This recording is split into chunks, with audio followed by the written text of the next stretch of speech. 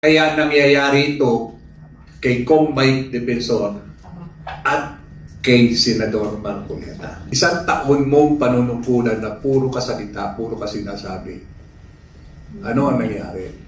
Sinampal ka ng kalikasan. Kung may edad na kayo, kung may pamilya kayo, kung may anak kayo, maawa kayo sa pamilya, maawa kayo sa mga anak nyo, maawa kayo sa mga kamag-anak nyong naghihirap. I want to know, Kara, ni Tatay. Yes. Bigyan mo na mensahe, yung mga kinatawan o kaya yung mga leader ng mga bawat departamento ng gobyerno na kung saan may kinalaman sa mga pangyayari at kaganapan sa ating bansa. Pangunano na, ano masasabi mo po sa head ng DPWH? Ito, sa head ng DPWH, huwag kang magpagamit. Alam mo yan, galing ka dati sa matino. Ngayon, alam mo rin kung matino ang boss mo. Huwag kang magpagamit kung may konsensya ka. Yun. Kailangan pakilala mo siya kay Consi, Consensya. Baka kaya lagi niyang kilala si Consi Randa. Tsaka, hindi nakukuha yan sa yung tinatawag niyang paawa-look. Mula nung ika na punta siya sa DPWH, mukhang para bang pinabayaan niya na yung sarili niya. Parang tumanda na siya, namuti na buhok. Hindi effective yan. Yan ay gawa. Kung sino man ang advisor mo, Palitan mo na yan. palitan mo na yan. Dahil kung yan, mag-artista ka na lang. Mag-artista ka na lang. Yung drama effect ng personal na appearance mo, yung pagmumukha mo, kita mo ang resulta ng isang taon mong panunungkulan na puro kasalita, puro ka sinasabi. Ano ang nangyari? Sinampal ka ng kalikasan. Grabe. Grabe naman talaga sa mga sa mga statement, no? Napapala kapag ikaw ay sinungaling. Ikaw, Ano ang mensahe mo kay MMDA Chairman General? parang wala yun dito kasi. Hindi, kasi sila yung in charge para di ba? Buuin lahat ng plano ng buong Metro Manila. At saka syempre, nasa frontline sila dapat sa pag-address nitong problema na ito na tumitindi, di ba? Tingnan mo, pati yung Coast Guard, lumangoy na doon sa sa Paranaque. Yes. Kadamay. Yan na nga, anong nangyari? So, mensahe mo para kay MMDA Chairman. Chairman, mayroon ka pang ilang buwan, taon o panahon na para makonsensya ka. Alam mo kung bakit nandiyan ka. At alam mo rin kung ano pinagagawa sa'yo. Gumising ka. Tingnan nyo ang nangyayari. Mga bata ngayon, hindi nyo pa ba nakuha mensahe sa mga bata? Bata na bumabaril, bata sumasaksak. Yan ang mga henerasyon na dapat natin proteksyonan. Dahil nakikita sa atin ngayon na walang direksyon. Kaya pati ang mga kabataan ngayon nawawala na ng direksyon. Alam mo, Attorney Artis, alam mo kung bakit ka nilagay dyan.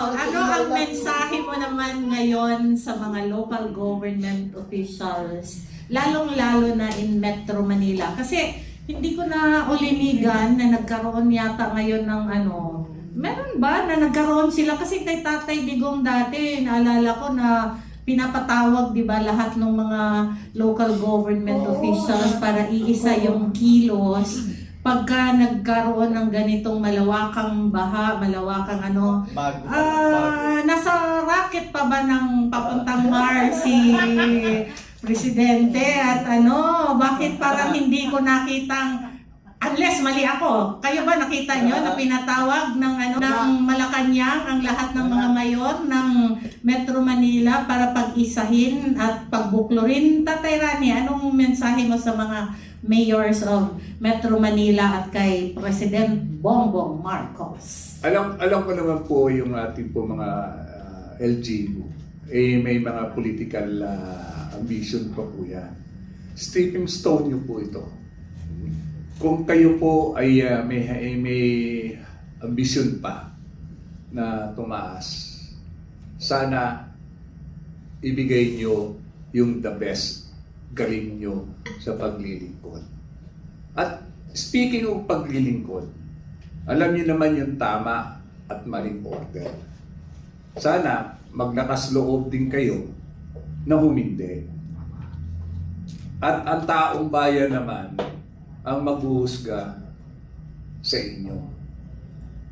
Kaya lang, karamihan sa local government natin, pag ako yumaman talaga, bibili rin ako itlog. Bibili rin ako ng itlog. At bibigyan ko sila ng mga truck na itlog. Dalawa na pala yung bibilhin ni Tatay Rani pagka dalawa na yung bibilhin niya. Common sense at saka itlog. Bakit di kayo naninindigan? Ang sagot nila, takot kaming magsalita. Kasi pag nagsalita kami, tingnan ninyo kung nagawa nga sa matataas na tao sa amin na kaya. Ano po kaya ang mabibigay ninyong mensahe, tatay, sa mga taga-NCR, na mga leaders din, na talagang kumakalaban, ngunit takot? Ano masasabi nyo sa mga taga-NCR na leaders na gusto rin lumaban tulad nyo, sa mga taga-Luzon, Visayas, and Mindanao, na gustong-gustong manindigan laban sa mali, pero tatakot? Ay? Dahil sa inyo, takot kayo na tumindig, kaya nangyayari ito kay Kong Mike Defensor at kay Senador Marcoleta. Kaya kung gusto ninyo, kung takot kayo, mas wawalang hiyain kayo ngayon.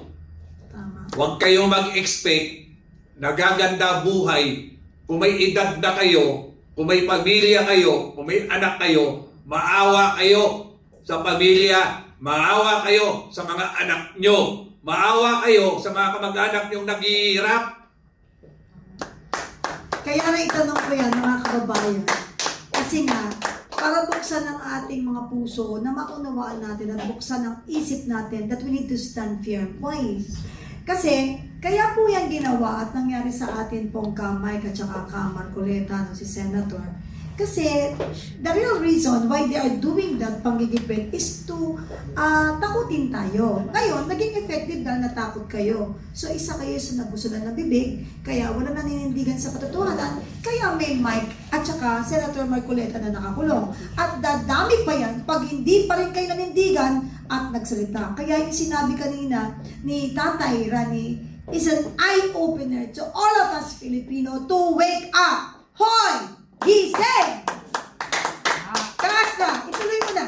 Ayan, gising-gising. Gising na gising ba tayo, mga kababayan? Siyempre, dahil si Tatay Rani ang guest natin, there is no dull moment sa kanya. O diba? So, cons, paano natin mapoprotektahan ang mga whistleblowers at mga leaders na may tapang na magsalita para ilantad ang mga kamalian?